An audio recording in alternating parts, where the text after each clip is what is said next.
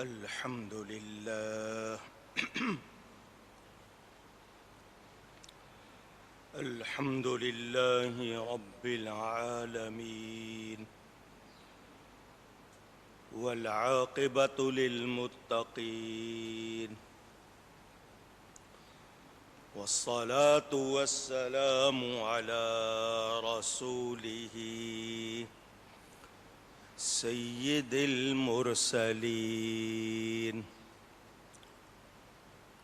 رحمة للعالمين شفيع المذنبين سيد الأولين والآخرين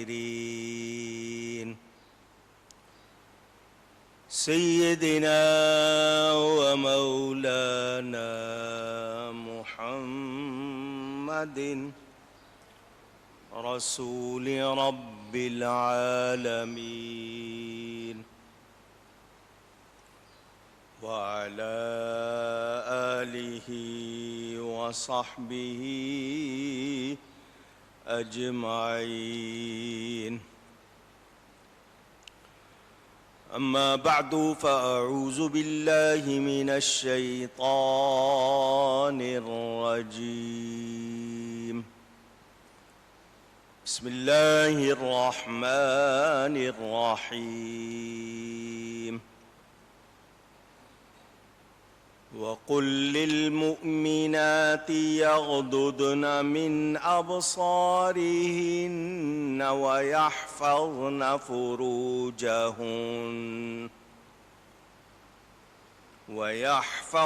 فروجهن ولا يبدين زينتهن إلا ما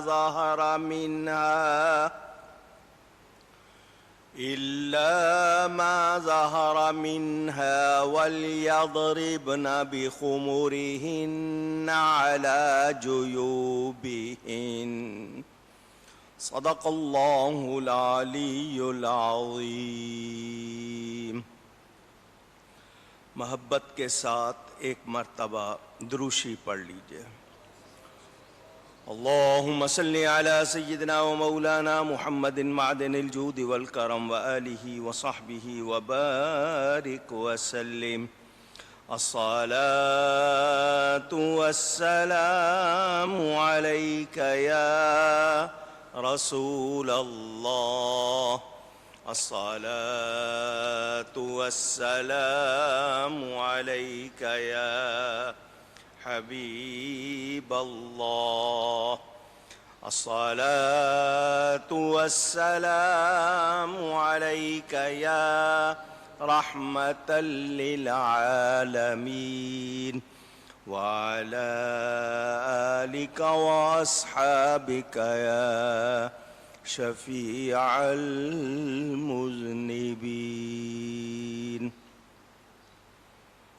حمد و صلات کے بعد قرآن کریم کی سورۃ النور کی تفسیر کا بیان آپ لوگ سن رہے ہیں. یہ پہلی آیت مردوں کے لیے وہ سنا چکا آپ کو، اور اب یہ جو آیت الفاظ میں زیادہ ہے عورتوں کے حوالے سے، اور مسلمان عورتوں کو حکم دیجئے کہ اپنی نگاہیں کچھ نیچی رکھیں اور اپنی پارسائی کی حفاظت کریں اور اپنا بناؤ زینت نہ دکھائیں مگر جتنا خود ہی ظاہر ہے، اور دوپٹے اپنے گریبانوں پر ڈالے رہیں اور اپنا سنگھار ظاہر نہ کریں.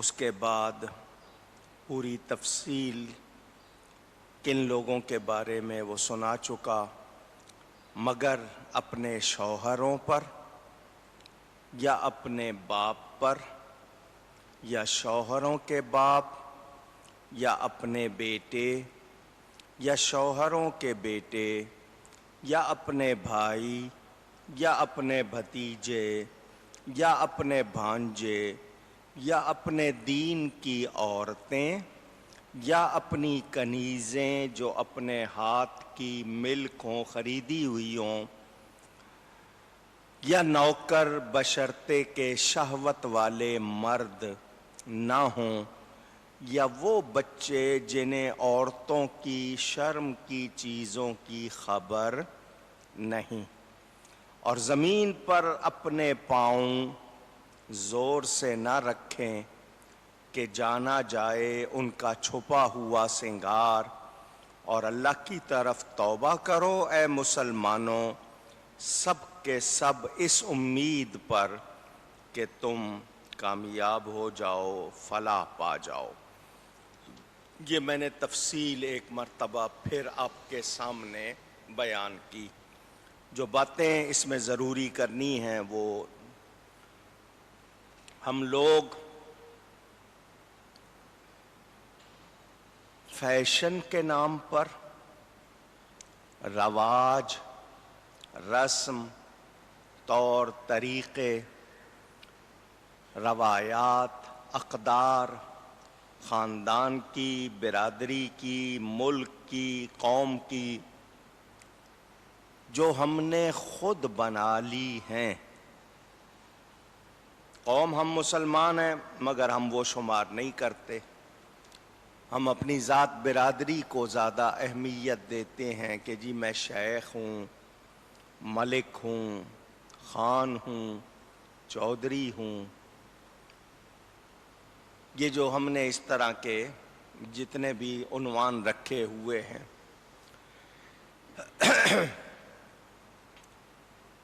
اس حوالے سے مختلف لوگوں نے اپنے مختلف طور طریقے بنا لیے۔ حالانکہ ہم مسلمان قوم ہیں، ہماری پہچان ہمارا دین ہے جس کو ہم اہمیت نہیں دیتے، بظاہر جو ہمارا حال ہے۔ جب کبھی مسئلہ آتا ہے بیان کرنے کا تو جی ذات پات کوئی چیز نہیں ہوتی، مگر جب شادی بیاہ کا مسئلہ آئے تو سب سے زیادہ دیکھتے ہی ذات پات کو ہے، رشتے ناتے میں سب سے زیادہ اہمیت ہی اسی کو دیتے ہیں، حالانکہ ایمان کا حوالہ دیکھنا چاہیے۔ اس حوالے سے کچھ لوگوں نے، کچھ برادریوں نے اپنے رسم و رواج بھی بنائے ہوئے ہیں۔ عورتوں کے ہاں علاقائی لباس بھی ہیں، دیہاتوں کے یا کچھ اور خاندان برادریوں کے پہچان کے ان کے اپنے کچھ لباس ہیں۔ اگر ہم نے سادہ لباس بھی رکھے ہیں تو ان میں ایسے فیشن اپنا لیے کہ ان میں سادگی اور بدن چھپانا کم ہو گیا، دکھاوا زیادہ ہو گیا۔ مثلاً قمیص شلوار، اب اس میں کیا کیا ڈیزائن بننے لگ گئے، گہرے گلے اتنے کہ جسم کے بہت سے حصے زیادہ نمایاں ہو جائے، پیچھے بھی کمر تک اس کو کھلا رکھنا، یا بغیر بازو جس کو سلیو لیس کہتے ہیں، بغیر آستین کے کپڑے، ان میں کہاں کہاں کیا کیا لگا رہے ہیں، کیا کر رہے ہیں، اس حوالے سے ہم نے توجہ نہیں دی، اور اپنے آپ کو شرعی قوانین، شرعی فرامین کی بجائے فیشن میں یا دکھاوے میں زیادہ کر لیا۔ ایک ہے باطنی زینت، ایک ہے ظاہری زینت۔ ہمیں کہا گیا مسجدوں کو آؤ تو اپنی زینت کرو، کیا مطلب؟ لباس عمدہ پہنو۔ مرد حضرات بالوں میں تیل لگائیں، کنگھی کریں، خوشبو لگائیں، ان کے ساتھ جو کھڑا ہو بیٹھا ہو نمازی اس کو کراہت نہ ہو، فرشتوں کو کراہت نہ ہو، منہ سے بو نہ آئے۔ عورتوں کو شروع میں مسجد آنے کی اجازت دی گئی، بعد میں ان کے حال دیکھ کر ان کو کہا گیا کہ نماز کے لیے نہ آیا کریں، ہاں بیان سننا ہے، درس تدریس ہے، اس کے لیے آ جایا کریں۔ مگر وہ گھر سے جب بھی نکلیں تو ان کو کیا کہا گیا کہ وہ کس حال میں نکلیں؟ قرآن نے، حدیث نے واضح کر دیا، مگر ہم نے وہ بھی بھلا دیا۔ گھر میں رہنا ہے، گھر میں نوکر چاکر رکھے ہوئے ہیں، کس کے سامنے کتنا آنا ہے، کس طرح آنا ہے، وہ بھی سیکھنے کی زحمت نہیں کی، جو مزاج ہوتا ہے اس کو اپنایا ہوا ہے۔ شوہروں پر اپنی زینت کو ظاہر کرنا عورت کے لیے، اس پر وہ اگر سجتی ہے، سنورتی ہے، بناؤ سنگار کرتی ہے، جائز صحیح، اس پر اس کو ثواب ہوتا ہے۔ مگر وہی بناؤ سنگار، زینت، دکھاوا اجنبی کے لیے کرے، جو اس کا محرم نہیں ہے اس کے لیے کرے، تو پھر اس پر اتنا ہی عذاب ہوتا ہے۔ ہمیں تفصیل سنا دی گئی، قرآن بتا رہا ہے کہ ابو جد باپ دادا، شوہر کے باپ ہو گئے، سسر جن کو کہتے ہیں یا خسر کہتے ہیں، وہ بھی باپ کے حکم میں داخل، بیٹے بیٹیاں، پوتے پوتیاں، نواسے نواسیاں، یا شوہر کی اولاد، وہ بھی بتا دی گئی، بہنوں بھائیوں کی اولاد، بھتیجے بھانجے، وہ بھی بتا دیے۔ یہ وہ لوگ ہیں جن سے نکاح جائز نہیں۔ ایک عورت کس کس سے نکاح کر سکتی ہے؟ جس سے نکاح کر سکتی ہے وہ محرم نہیں ہے، نکاح کے بعد وہ ہوگا، لیکن جن سے نکاح نہیں ہو سکتا وہ محرم ہیں، اس کی یہ تفصیل آپ نے سن لی۔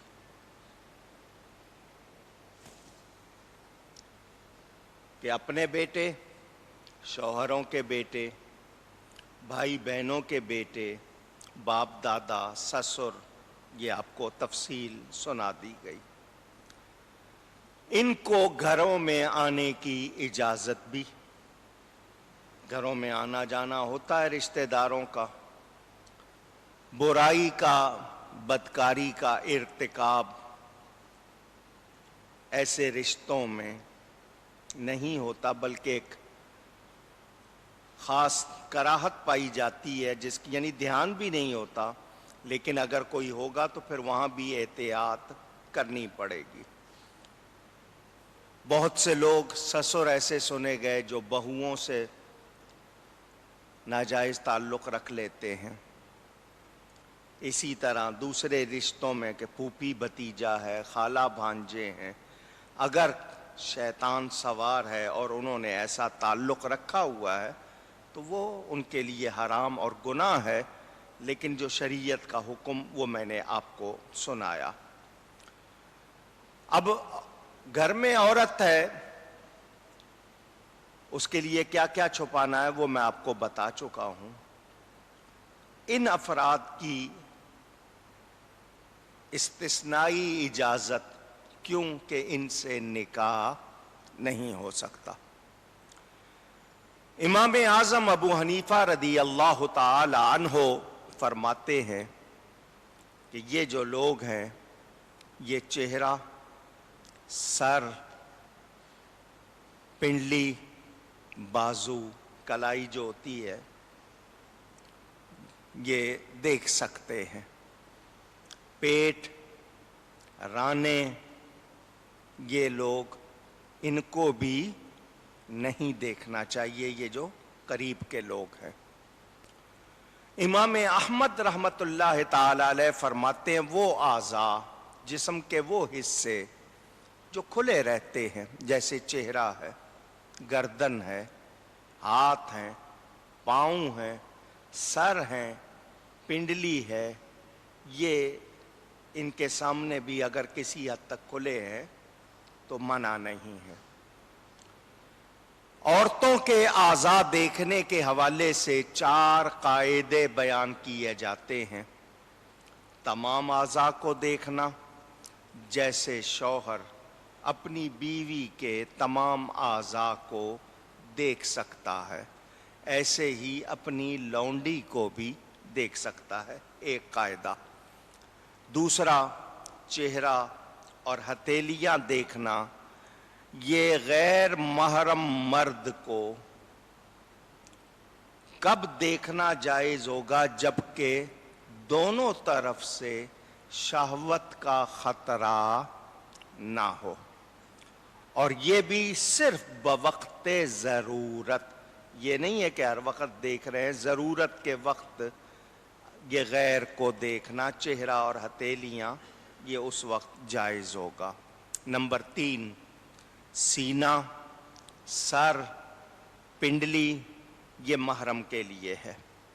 مثلا ماں، بہن، پھوپھی، خالہ، باپ کی زوجہ، بیٹے کی منکوحہ یعنی جس کو بہو کہتے ہیں آپ، عورت کی ماں یعنی ساس، یہ رشتے دودھ کے ہوں یا خاندان کے ہوں، دونوں حوالوں سے یہ میں آپ کو پہلے بھی بتا چکا، پھر میں نے آپ کو سنا دیا۔ سگی بہن ہے، خالہ ہے، ماں کی بہن، پھوپھی ہے، باپ کی بہن، باپ کی کوئی اور بیوی ہے، بیٹے کی منکوحہ یعنی بہو، عورت کی ماں یعنی آپ کی بیوی کی ماں جو آپ کی ساس ہے، یہ رشتے وہ ہیں جن سے نکاح ہو سکتا نہیں، یہ ذہن میں رہنا چاہیے۔ 3 باتیں ہو گئی۔ چوتھا قاعدہ، جب خطرہ ہو کہ عورت کے جسم کے کسی حصے کو دیکھوں گا تو شہوت کا حملہ ہوگا۔ شہوت کا مطلب وہ خیالات، وہ کیفیت ابھرنا جو برائی کی طرف لے جاتی ہے، تو پھر ہر صورت، ہر عضو کا دیکھنا حرام ہو جائے گا اگر وہ کیفیت۔ یہ آپ نے 4 قاعدے سن لیے۔ اس آیت میں اعمام، عم چچا، اخوال ماموں، ان کا ذکر اس لیے نہیں کہ ان سے پردہ کرنا بہتر۔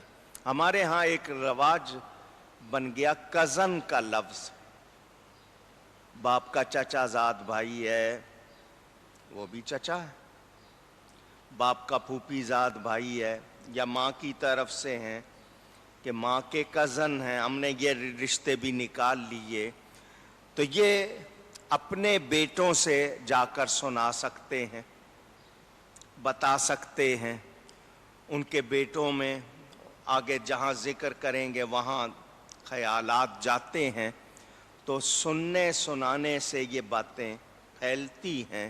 اسی لیے ایک عورت اپنے شوہر کے سامنے کسی دوسری عورت کے جسم کا بیان نہ کرے، اسی طرح مرد بھی اپنی بیوی کے سامنے دوسرے مرد کے جسم کا بیان نہ کرے،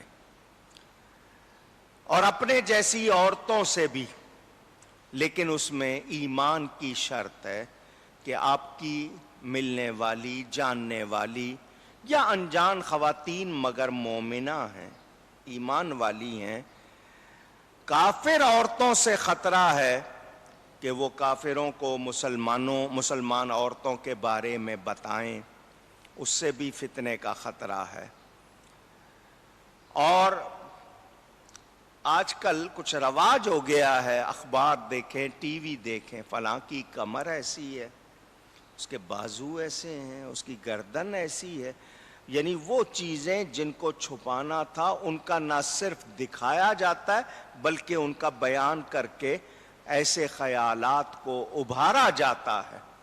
اس سے آپ اندازہ کر لیں کہ ہم لوگ خود برائی کی ترویج میں، اس کو رواج دینے میں خود ہی زیادہ شامل ہوتے ہیں. تو اب وہ تمام عورتیں آپس میں اور مرد آپس میں یہ خود دیکھیں کہ ہماری کن باتوں سے خطرات ہو سکتے ہیں، فتنے ہو سکتے ہیں، تو ہمیں ان سے بچنا ہے.